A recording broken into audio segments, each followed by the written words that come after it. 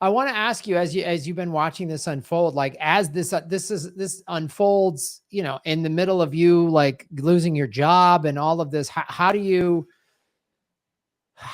see all this? How do you see this play out?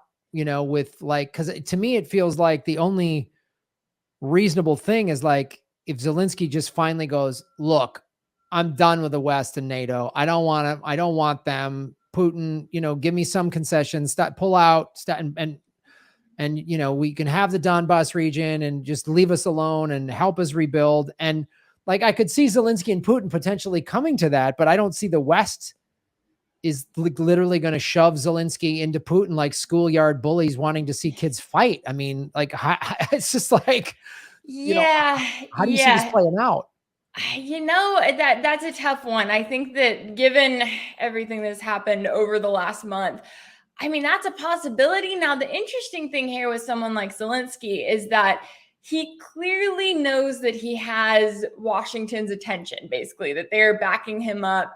And we've seen that with all of the ridiculous speeches that he's given to a number of countries where, like here in the US, he's talking about Mount Rushmore and MLK Jr. and 9/11 and all this stuff, trying to gain more and more support. But then at the same time, Zelensky knows, and NATO has told him that they are not going to add Ukraine as a member. So I don't really get this dream that he seems to have that eventually NATO is just going to say, okay, all right, bad. Let's add you to our alliance. And now we're going to go directly to World War III with Russia.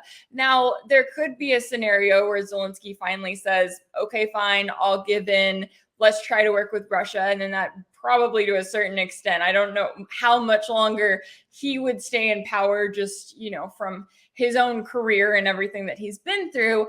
I'm also curious to see kind of how the breakup of Ukraine is going to look like, if that's going to be a possibility, because I know that when it comes to sort of the eastern half of Ukraine, you have a lot more people that are ethnically Russian. You have a lot more people that want peace with Russia because, of course, they're in that region. These are their brothers and sisters when you're looking back historically. And so I could see it going the way of Zelensky finally saying, okay, I'm not doing this anymore. But I could also see it going the way of the people of Ukraine and more of them saying, okay, we are going to have some sort of a breakup moving forward.